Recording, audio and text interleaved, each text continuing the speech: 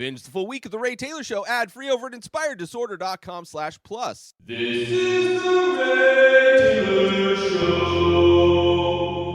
Welcome to The Ray Taylor Show, where I bring you reviews of the latest movies and TV shows, as well as classic and foreign films. I'm your host, Ray Taylor, and on this podcast, I'll be talking about all things film and television. Whether you're looking for a new show to binge or want to know if that blockbuster is worth the trip to the theater, or just want to hear my thoughts on a classic or foreign film, I've got you covered. So join me every Monday, Wednesday, and Friday for new episodes, and let's dive into the world of film and television together.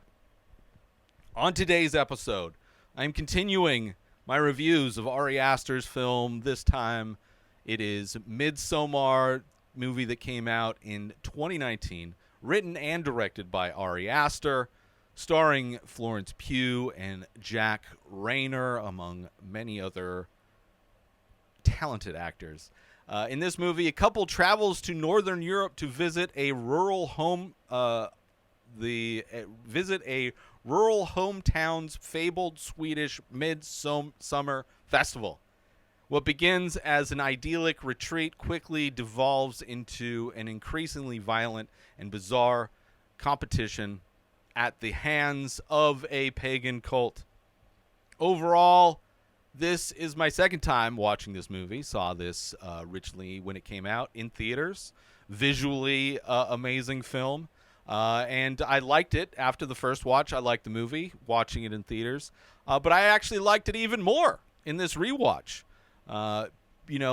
Picked up a few more details and really understood the motivations and the attitudes of the different characters more in this rewatch. And this is, like Hereditary, a heavy movie.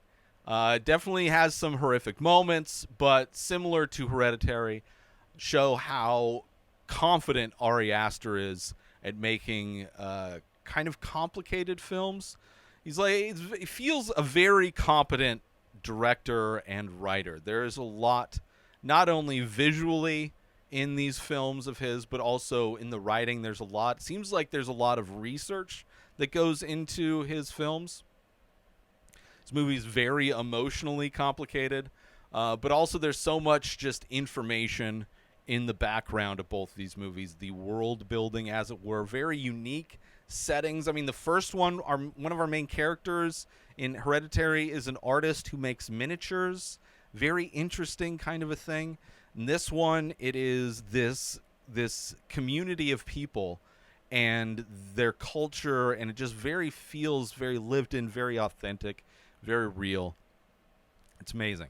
Where it's easy to, for aspects to just go over your head in aspects of these movies, because of their complexities, but also he doesn't spend a lot of time doing things that other filmmakers might do, overly explaining stuff. Like, he almost explains things, like there's a very fine line where you don't explain anything and it's very ambiguous and confusing, and you explain too much and it's very on the nose, and where he's definitely more subtle as far as how he introduces information to the audience, but just in my opinion, he does it so precisely that for me I don't catch as much in the first watch, and in the second viewings of his films I tend to catch more.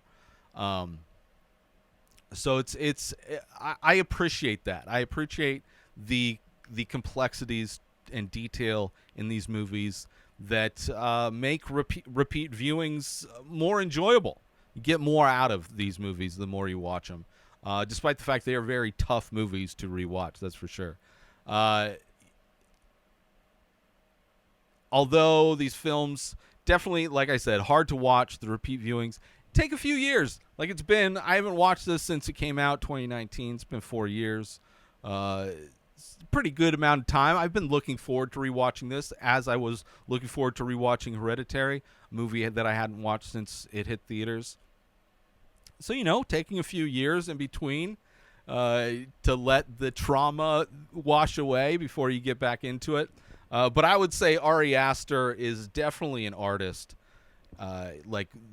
These movies that he's making are like I will be excited for every single one of them, even though they're maybe not like the movies that excite me in a way where they're not my favorite movies, but they are, I would say, works of art. Like there's so much care and detail put into these films. It's undeniable, I would say, even if they are very tough movies to watch. Similar to Peter in Hereditary, I would say Dani, who is Florence Pugh, played by Florence Pugh in this movie, is a very tragic character. He really loves traumatized characters. In both Hereditary and in this one, characters becoming catatonic, laying in bed with their eyes wide open, kind of dead to the world, is a commonality that I've seen in his movies. And it's like his main characters, I would say Dani in this one, and then I would say Peter to a big extent in Hereditary, are kind of our main characters in ways. Definitely tough. They deal with very tough things in their life, for sure. Dani dealing with this brutal tragedy that happens very early on in this film, but on top of all of top of the tragedy that is just horrific, similarly to the tragedy that happens in Hereditary that's very horrific. On top of that, they are surrounded by people. In Hereditary, it's his mom. In this one, it's her boyfriend, that are just completely self-absorbed narcissists. It's which adds another layer. Not only are these characters traumatized and catatonic at times, but they're also, their support system is only detrimental to their mental health, in my opinion. Right? Zero emotional support, zero sympathy or empathy. So it only amplifies in many ways the trauma that is felt by these characters that I said, like, sadly, right? You're sitting there, you're sympathizing with Dani in this movie, Peter in the last movie, and it's like, it is just like layered onto, it's just like hell. It's like they're going through hell, because not only are these tragedies happening to them, but they have not only no support, but they have like actively horrible people around them. Like people that make their situations even worse. I would say this movie not necessarily as tough as Peter in Hereditary. I would say Toni Collette's character in Hereditary is far more actively horrible to Peter, where Christian, the boyfriend of Dani in this movie, is just can't be bothered, really. Like, just so not willing to stand up like, he's a very weak, parasitic type of a guy, and his inaction, his lack of support, and his clear focus on himself is just really sad. Only makes her situation even worse. But I love the setting of this film, the Northern European cult commune type of a thing. The world building is amazing in this one. Just so much detail in whether it's the community itself, the color palette of this film, the decorations of the buildings in the commune, the building architecture itself, the layout, the community, like every aspect of this feels so well thought out and executed. It's really amazing. Very, very much makes it feel authentic and real. Like this could easily be, like, I don't know if this is based on an actual community, but it feels like it easily could be, and I wouldn't be surprised if it's completely fictionalized. The hard part about this movie is that there are very few, if any, likable characters. I mean, obviously, Dani is kind of the one we follow, but it's like such a it's just like depressing, right? She spends 90% of this movie miserable and almost catatonic, which is justifiable. but it's like it's like it's tough to. I mean, obviously you're rooting for her, but also she's not making the best because of her own trauma and her like compulsion to stay in a very unfulfilling relationship is like it is. She herself is making choices that are tough to be on her side, and it's just very sad. It's very sad. So, you know, it's hard to like her character, despite the fact that you clearly sympathize with her character, or at least you're meant to sympathize. I would imagine this film and Hereditary are a good test, right? If you ask somebody what characters you sympathize with that you feel bad about, like if you think Toni Collette or Christian in this movie are these sympathetic characters that you feel bad for, then I think that says a lot about the person you are. You know, aside from Dani, which obviously I love Dani, I love the fact that in this movie she does have moments that are very noticeable because of how she is the rest of the film. There are moments of joy that she actually has. There's moments where she actually seems to have people who support and care for her, which are also very conflicting, those moments. But you have this character, her boyfriend Christian, and his friends who don't like her, openly don't like her, and are very much just into their own stuff. Like, they're not like actively mean to her necessarily, but they, similar to her boyfriend, are just almost treat her as a burden, that she brings their group down, that they would rather not be there. But because Christian is who he is, she is brought along and in this group. Aside from Pele, one of their friends, the guy who is from this community originally, he seems to have a positive. He seems to be one of the only likable guys. But even that character, when we find out, when everything gets revealed at the end of this movie, how everything was set up, you realize that he's not necessarily the greatest guy. Very complicated characters, I would say.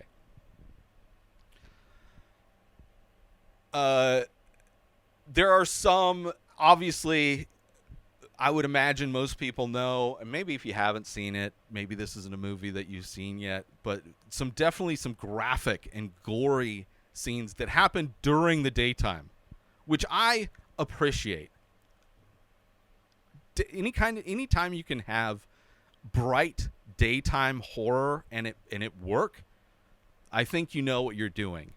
Sadly, however, these daytime gory and graphic scenes will imprint on your brain, right? They will be burned into your memory forever that you've seen these things. It is in many ways similar to when I was a kid and somebody brought in Faces of Death into high school. We had a substitute teacher who couldn't be bothered, played solitaire the whole time, didn't notice that all of the students in the class were watching Faces of Death, which is another moment in my life where horrific things were burned into my memory. And this movie does a similar thing, which give it a lot of respect for. I mean, very visceral, graphic, gory elements to this. But not like torture porn in the way like the Hostel movies were. But definitely there are some absolutely gory moments. And I guess maybe there are some kind of hostile-y moments as well. But visually, very beautiful. Aside from that, the color palette of the film, absolutely gorgeous. The colors of the community, all the illustrations that decorate all the buildings on the inside of the buildings, the tapestries that are there, all that stuff is amazing. And it's definitely, in this rewatch, the end of this film hit way harder and felt way more satisfying. I think I understood the ending of this one far more because I was paying attention, taking notes, all those things. I didn't have to look anything up like Hereditary. That I had to look things up and like, who is this payman guy? Like the movie, I would say, in Hereditary, didn't quite give me enough information to really grasp the ending as much as I should have, where this one I feel does. I think this does. He rides that line, and I think he nails it in this one. But it did take this rewatch for me. I was probably very high when I watched it the first time in theaters, I would imagine. But I do want to get into spoilers of this movie, talk about specifics of this movie that I liked. So if you haven't seen Midsommar, you don't want to be spoiled, this is your warning. So you have in the beginning of this movie the very traumatic event, right? You have Dani like leaving her sister a voicemail, leaving her parents a voicemail. You see her parents sleeping very pleasantly in their bed. The use of yellow in a lot of these scenes, I would imagine, is a thematic color. There's also the end of the movie. The pyramid building is yellow. I believe yellow. I am colorblind, so forgive me if it's like maybe a light green or something like that. But it seems to be a color that signifies death. Because when you find out, like it's setting up that her sister's bipolar and that Dani is very, like some of her trauma early on, the reasons why she is maybe somewhat of a burden to her boyfriend or a downer to her boyfriend and her friends is that she is constantly dealing with her sister and her family that are constantly making her emotionally troubled. Having a sister that's bipolar, her parents clearly taking care of her. She lives with the parents. And then there's this night where she's not. She gets this vague, ominous email from her sister. She can't get in touch with anybody, and she's freaked out. And when we find out what actually, like, her boyfriend, like, doesn't really care. It kind of seems like maybe he's tired of this, but he's also not willing to break up with her. His friends are like trying to convince him to do it, but Christian is like such a wishy-washy, doesn't like really choose to do anything kind of a guy, will allow this to just bother him. He will use this as an excuse for it to bother him instead of just ending it. Clearly he wants to end it. Dani, feels like that's the direction it's going, but she has her own issues not wanting it to end. It is just such a stressful relationship situation, so relatable to what I've seen. Relationships I've seen, friends who are unwilling to get rid of a partner that is absolute garbage, or being in a relationship with somebody who is constantly negative. Because there are people that may not be going through the same issues that Dani is going through in this movie, that are just negative people and are constantly negative, and that can be very toxic as well. Obviously, Dani's negativity, where she actually does try to be positive and look for the positives in things, is like, it's just tough, man. It is so tough, right? And she blames herself. She feels like she's the burden. Let's take a break from the podcast for one short moment, because I want to tell everybody out there about my art series, The Many Faces. They are original ink paintings on paper, abstract and surreal faces that I release every single day. I want to say, not only can you purchase the original paintings, which there are over 2,300 available through my website, inspireddisorder.com, but now I am also offering limited edition prints.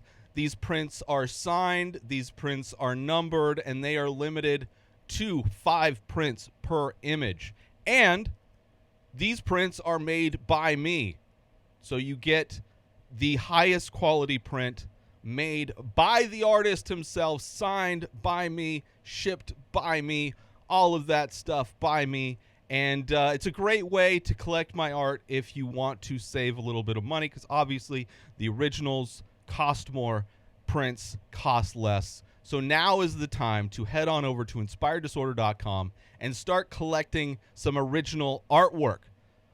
Take your walls to the next level with original artwork by myself, Ray Taylor, by going to inspireddisorder.com, shopping now, buying artwork. Take your walls to the next level, experience the magic of art, and start your art collection today. Buy original artwork, buy high-quality limited edition prints, and so much more. InspiredDisorder.com. And now let's get back to the show. You have the scene where she calls him bawling. Like, she finds out finally what actually happened, and it explains the opening scene of her parents lying peaceful in bed, that they weren't just sleeping. They were eternally sleeping, let's say, and that her sister, like, finding out when you have the scene, she's bawling to Christian, and then it cuts to the firefighters going into the house and starting in the garage, seeing these cars that are on, and seeing the hoses that are taped to the exhaust of the cars, then seeing the firefighters going up through this house, multi-story house, following these hoses, one hose going to the bedroom of the parents, taped to the bottom opening of their doors, and then duct taped shut to make sure that the room fills with the exhaust while her parents sleep. And then the other one shoved in her sister's face and duct taped to her face. Absolutely horrific murder-suicide. Clearly her sister, mental health issues. Clearly there was a lifetime of dealing with her sister.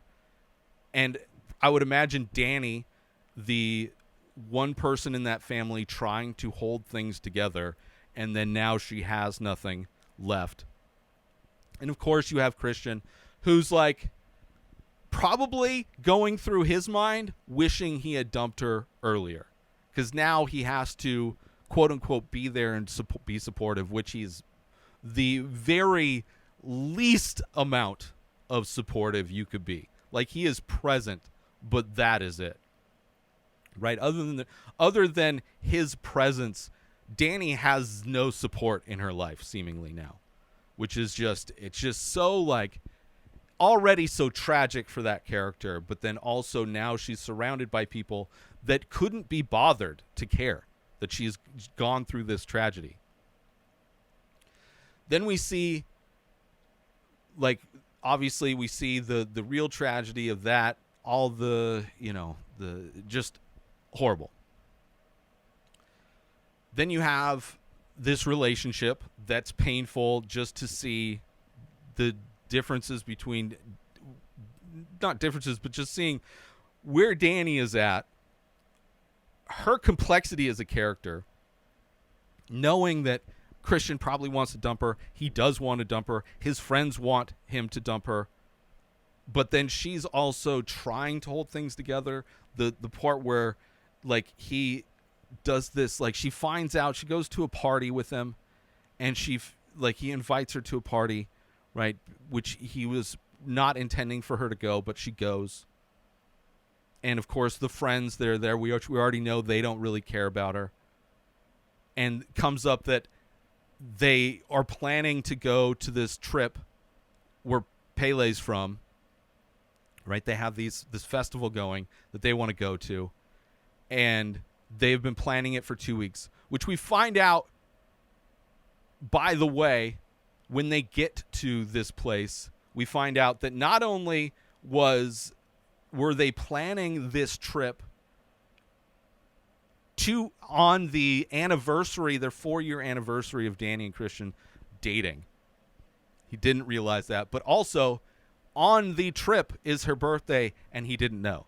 So Christian is so detached from this relationship and could not care about this relationship that not only does he not acknowledge the fact that they are coming up on their 4-year anniversary as a couple, but also has no idea that this trip that he's planning, the thing that he is focused on, is this trip with his friends,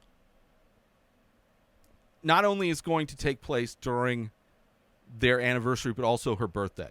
Like, that's how little he could be bothered to care about Dani on any level.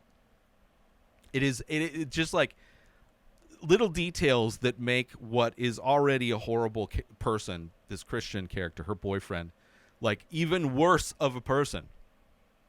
It was horrible. So there's all of that stuff, right? And there's this situation where it's like, and even after the party, she's like, she's just sad, concerned why he didn't even bring this whole trip up. Right? She doesn't throw in his face that, oh, by the way, it's our 4-year anniversary, and by the way, you are planning a trip where you're going to be gone on my birthday. She doesn't throw that in his face at all. She's just upset that he didn't even mention it to her, and she's trying to get him to talk about it. He just like doesn't care. He gives like the weakest, like, I'm sorry kind of a thing, like, I'm sorry that this bothered you, more than I'm sorry that I completely didn't inform you of this big trip that I plan on taking during your birthday. Like, not even acknowledging what he is potentially doing to her. And she ends up apologizing to him. And he's trying to leave. He's like, oh, I should just get out of here, right? But she's so desperate to have him in her life that she ends up apologizing. And she's trying to look at the positives. It's like, oh, well, this could inspire you to come up with your thesis for college or whatever. And he's like, yeah, like he couldn't be bothered with any of that. She's trying to do everything to salvage this failing relationship, this nothing relationship, this parasitic scenario where she gives and gives and gives, and he couldn't be bothered to even acknowledge that he's like, it's just like such a piece of shit, right? And it's like, shit or get off the pot. It's like, either make efforts to make this work or just end it. It's just such a, it's just such a shitty situation. Lack of communication, lack of empathy, absolutely frustrating. I hate this dude so much.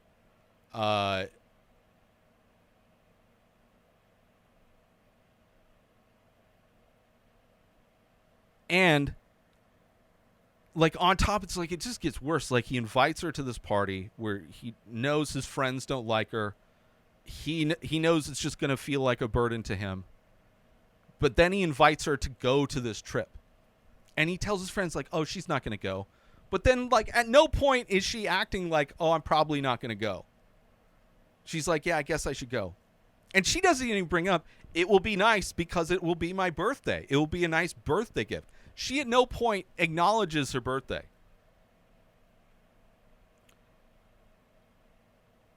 So, but you do, in that scene where you find out that she is going, we do see that there is, out of the friend group, Pele actually talks to her like a human being, apologizes, sympathizes with her losing her parents, that whole tragedy, acknowledges it, and like, says that he's actually excited, acts like, it seems like he's actually excited that she's going to go with them on this trip. Like, out of everybody, like, far more than her boyfriend, far more than the other people in this group, these other friends, like, Pele is the one guy that seems human on some level. So, of course, she goes, cut to her breaking down in the airplane. They get there, and immediately they want to take mushrooms, and she's like, I'm probably not. Like, none of them are even considering the fact that maybe she may not be in a good mental space to be taking psychedelics right now. And Christian, so many times he's like, just pretending to be supportive, and in this moment he's like, oh, I'm gonna wait with her, and then his friends are bummed out that they're not going to be on the same trip because they're not going to be taking him at the same time, which ends up at her just breaking down and taking them with them. And of course she has a bad trip, which is just kind of a scary scene. I've never done mushrooms before. The closest I've come to doing psychedelics is high dose edibles of marijuana, but someday I will. But like her, it's like I've never really felt like I've been in the right mental place to take mushrooms, and it seems like her type of a trip seems like it might be what I would have potentially. And I think part of that is the fact that, I feel so much of my life, I feel like I don't really have a supportive structure around me, like trust in people that would be around me during those times. So again, I sympathize with her. And she has this dream that's kind of her parents and her sister watching TV, and it just like, it's clearly something that's still on her mind, this tragedy that's didn't happen that long ago. And also, on top of the fact that they're doing psychedelics, you're also in Northern Europe during summer solstice, so the disorientation you have with the sun never really setting and the days never feeling like they're ending is also probably a little bit of a mind fucked. They get to the community, very cult-like, everybody in white. People are playing this like flute music as they come in, but everybody very nice and very welcoming, very loving, which is nice to see, right? And then Christian finds out that he forgot his girlfriend's birthday. They've been together for 4 years and 2 weeks specifically, and 2 weeks ago was the party that she went to where she found out, because that was 2 weeks away that they were going to be going on this trip. So it's like that party was during their 4-year anniversary, which he didn't notice, which I don't know how many people celebrate their anniversary of dating very strictly. Usually it's kind of a loose thing, I guess, but back when I was in relationships, it seemed like a thing people did. But just not only was he at that point planning to go on this trip, but no idea that this trip was also going to be on her birthday. And of course, Pele is the guy that reminded Christian that it's her birthday, right? So he's Pele trying to help out Christian not be such a deadbeat boyfriend. All the stories told on there's like this scene where we seeing this tapestry hanging up that really shows what is going to be happening to Christian, with one of the female members of the cult wanting to lure him into mating with her. Very interesting tapestry, literally telling you what's going to be happening. Finding out about the life cycle, this very regimented life cycle of the people that live there, where at 72 they're killed, and the way it's said, like, it's very comical, tongue-in-cheek, but then what we find out very short after is that is quite literally what happens. If you are still alive at 72, then you sacrifice yourself. Which they have this meal where the table placements are very strange. You have the color palettes of the film, very beautiful. Even these cliffs where we're going to see a ceremony happen, even the cliffs feel very much part of that palette, that bright palette. And then you see the horrific scene of this movie, tragic scene of this movie, during the bright daytime hour of these old people sacrificing themselves, jumping off of this cliff. Absolutely, like, horrific. Seeing how Ari Aster shows the events of this. A lot of it is wide shot, but I was watching on a projector, so it was still see when she hits the stone at the bottom of this cliff and bounces off. It is still brutal, but there's still close-up shots of like her caved-in skull. There's shots of the older dude when he doesn't die and his legs just blow up, and they have to go over and put him out of his misery with the mallet. It is absolutely brutal. Very similar to the quick close-up shots of Charlie's severed head in Hereditary. Just like these, like, absolutely gruesome shots that aren't on screen for very long, but long enough to where those images are just burned in your head. And then you have, of course, two of the people, the outsiders there, are completely freaking out. And then everybody else is kind of catatonic. Dani kind of, right before the woman jumped, she kind of had this premonition that something really bad was about to happen. Grabbed Christian's arm. And of course, he couldn't even be bothered to notice that Dani, who just had her family murder-suicided and has been like severely mentally distressed from that, and now is seeing a suicide happen in front of her, he doesn't comforting at all. She grabs his arm. He couldn't be bothered.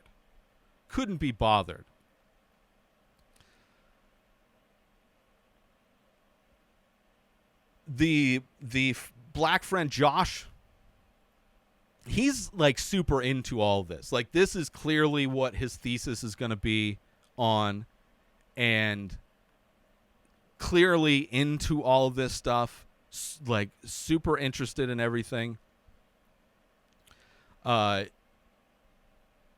You have the other friend, Mark, who the douchiest of douchebags, also the one guy in the group that vapes, which I appreciated the fact that the douchebag vapes, because that is a very, very douchebag thing to do. I would say, I don't know. I vape weed, or at least I used to, but like the nicotine vapes, the absurd amount, especially of the nicotine vapes, and he doesn't have like the big, like giant exhaust vapes that people used to have. I don't know if people are still doing those or not, but it is funny that Mark vapes and is very, very much the douchebag of the group. Pele does try to comfort Dani, right, and tells her that even though, like, that he lost his parents, but he had this community, this family to comfort him. So even though he lost his parents, he didn't lose his family. He still has that, and he knows that she just lost. So he's trying to sympathize with her loss and trying to ask her, and trying to maybe have her wake up and realize, asking her do you feel that Christian is that home for you? Do you feel like he's comforted you? Do you feel like he's somebody that makes you feel like you're secure and you're whole, even though you've lost you? And of course, he doesn't.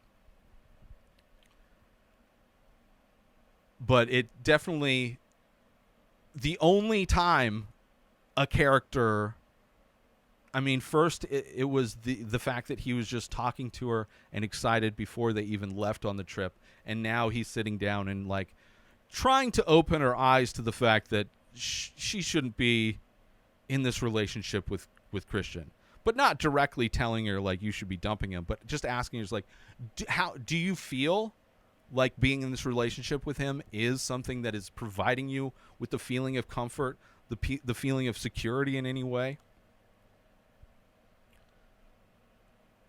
She has a dream where she dreams that everybody in her group leaves her, and then kind of has these visions of her sister and her parents like at the base of the kind of the sacrifice cliff, which is very tragic.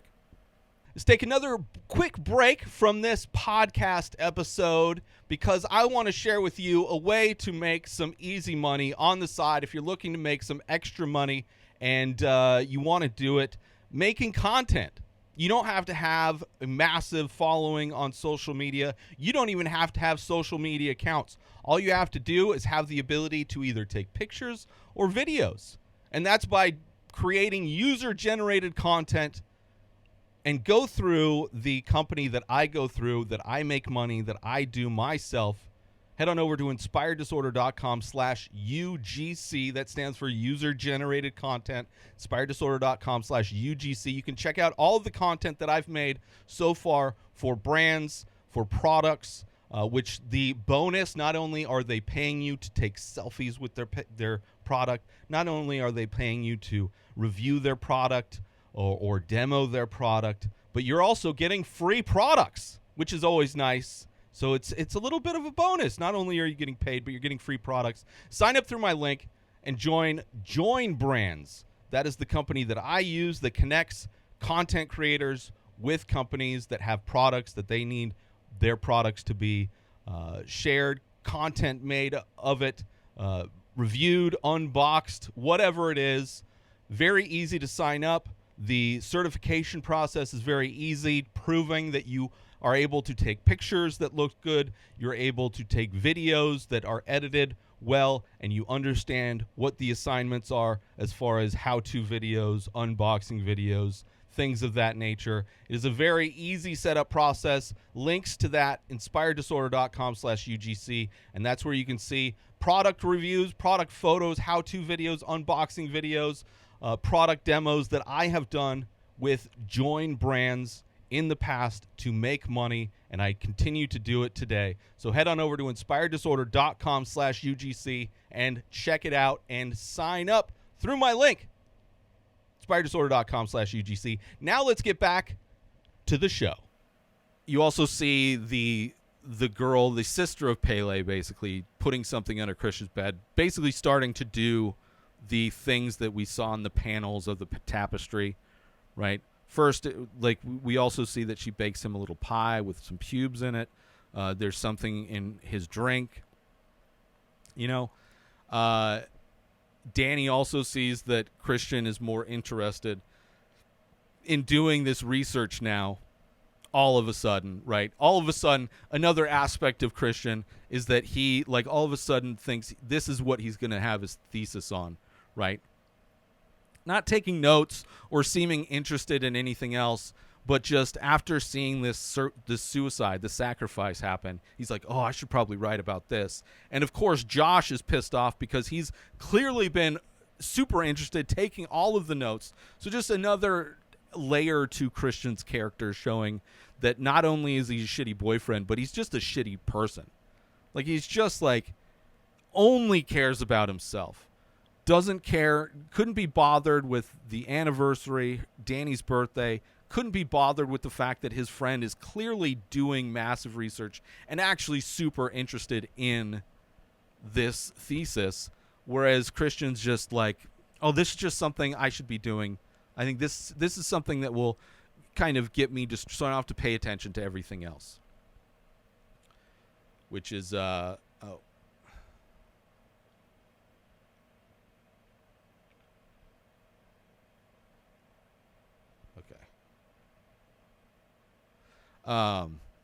Which is just, you know, just another aspect of why he is just a horrible person.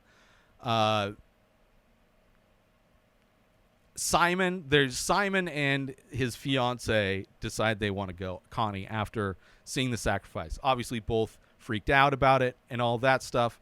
And Simon disappears and is told that he went with somebody in their truck to go to the train station to get out of there. But he never told Connie. She doesn't believe it. And then Dani doesn't buy it either. And she's the only one. Christian couldn't care less about it. Josh couldn't really care less either. And Mark couldn't care less about anything. So she's like one of the only people that doesn't buy this story that's being told either. And then we see Christian get a pube in his pie. So we're seeing the kind of the tapestry playing out. You have Josh sneaking out to get pictures of the sacred book that was told he can't get pictures of, which that whole thing was another interesting aspect to just the world building of this community.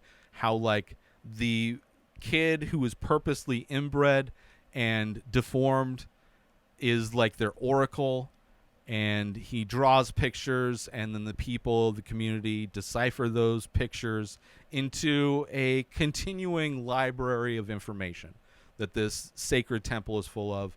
And the book that they read from is part of this. And Josh goes in there late at night to go take pictures of it. And of course, we see him get got. So we're getting first with the disappearance of one guy, and now Josh actually getting attacked. So you know something is not good in this place.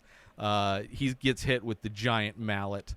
The same mallet that was used to kind of finish off the old guy who didn't jump off the cliff right. So now Dani notices that both Mark and Josh are missing. So Mark went missing also. and she's the only one that really is noticing and giving a shit. And the community makes up a story that one of their books went missing, right? And basically using that as a way to explain why Josh is missing.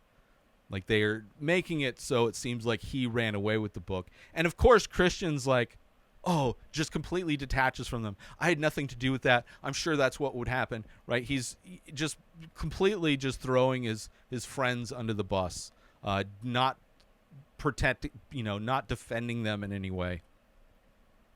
Then you have the great moment when Dani goes into this dance competition for the May Queen, mixed with dance competition, mixed with psychedelics. And it's the first time in this entire movie where she actually feels happy while she's dancing, just having a good time. She's like the first time she's able to let go of everything and just enjoy the moment, which is a nice thing to see.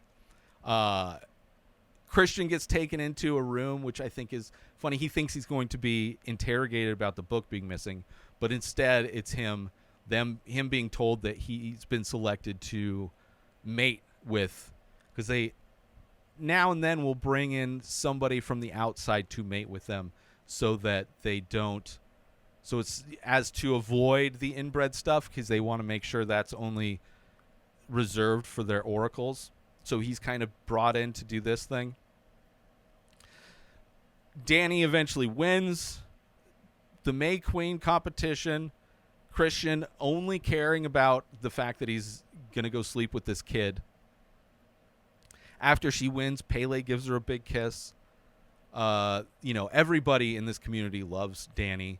The plants and the flowers are all breathing, as happens every time these characters take psychedelics. They follow her lead while they all sit down to eat, which is like, it's this moment where Dani's character not only finds joy for the first time, but also sees this entire community like looking up to her. Like, she now has the support of this entire community, which, as far as cults go, that is what they do. They take the person who's the most damaged, like Dani, who has nobody in their life, who has trauma, whatever, and they make them feel like they have a family. Except for, like, in this situation, like, I'm happy for Dani. Like, I'm happy that she is kind of being accepted into this cult. It's a mind fuck that, like, you are sympathizing with somebody being indoctrinated into a cult. But you feel good for Dani because, like, out of everything else in her life, this is something that's positive, even though this cult is absolutely crazy. So it's a very interesting kind of duality of thought, mental gymnastics, being happy for her being indoctrinated into this cult.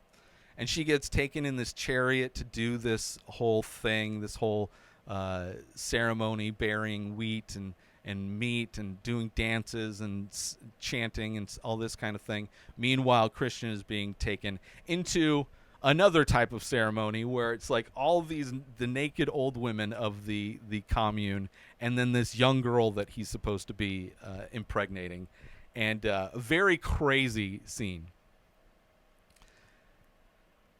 And of course, Dani finds out, and she sees that, like, it really is the separation. She's finally not only seeing what Christian is all about. Like, he didn't seem to, he seemed a little conflicted about doing it, but he ended up doing it regardless.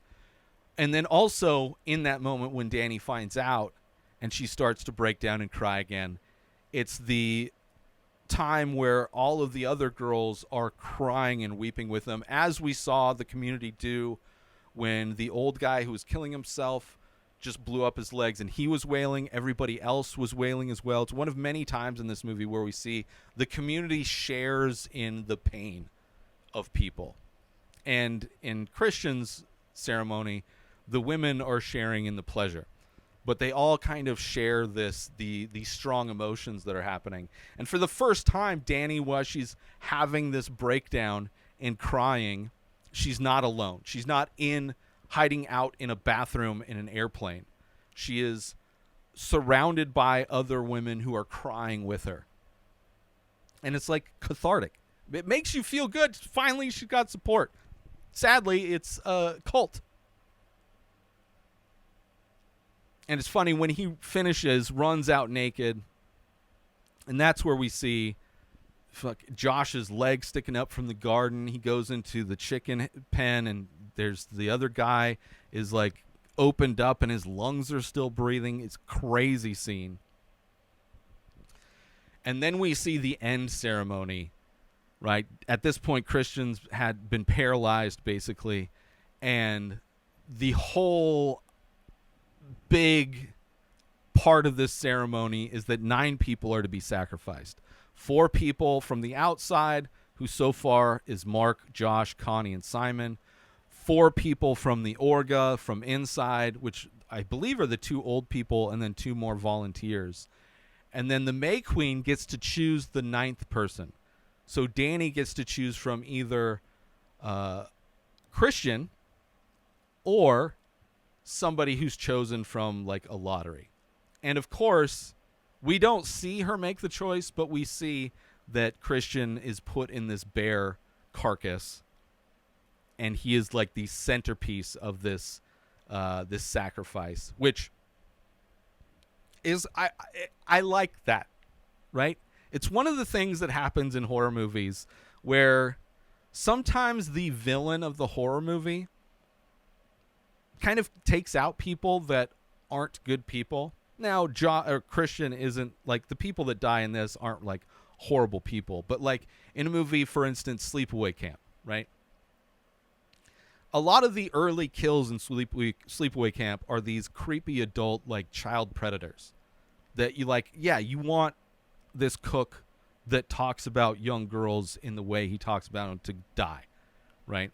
And then other people die that probably shouldn't die, but there is an aspect to some horror movies where the kills are almost justified. You don't feel bad that the person is being attacked. Like in Chucky, I think the second Child's Play movie where the CEO of the toy company gets killed after deciding to bring this toy back to market. And on some level, that's kind of what it feels like when you see Christian as part of this final sacrifice in the yellow triangle building that gets set on fire. And you see a smile on her face at the end of it. I kind of like I found the end of this movie to be a happy ending for Dani, despite the fact that it's like she's been indoctrinated into this cult now. But what's worse? Being in this cult where, yeah, people die, people get sacrificed, but she has more support than she's ever had in her entire life. And Pele is there who actually cares about her. Or to be back home in this worthless relationship with this Christian guy who him and all of his friends couldn't care less, think of you as a burden, don't consider you in any form, really. It's just, I think it ended well for her, sadly. Sadly, the cult was the better option for Dani. But the smile at the end, very kind of cathartic. It's a fucked up happy ending, I would say. But I did enjoy it. Like the end, it's what a cult does. It preys on someone that has no family, who's broken, right? They act as a replacement for that family. But they also provide her with the only moments of joy in this entire film that we see. When she's dancing, when she sees, Christian being sacrificed.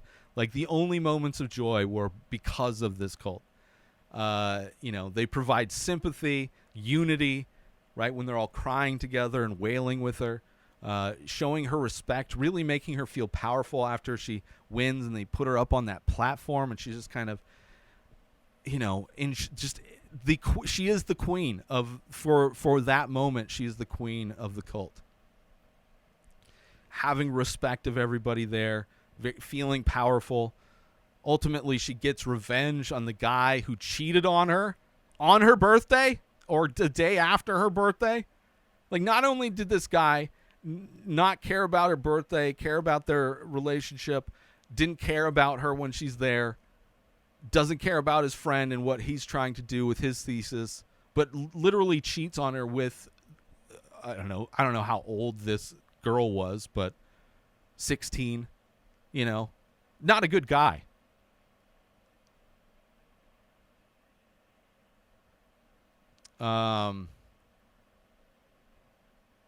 And seeing how everything was a part of the ceremony when people started dying, like it was planned that Pele would bring those people in and those people would be part of the sacrifice. And just so happens that one of the guys was good for breeding, use him for breeding, and then it turns out that Dani won the May Queen. They got a May Queen. So they got, the cult got a lot out of this. They got their sacrifices, they got some fresh sperm into the mix, and they get a new member in Dani.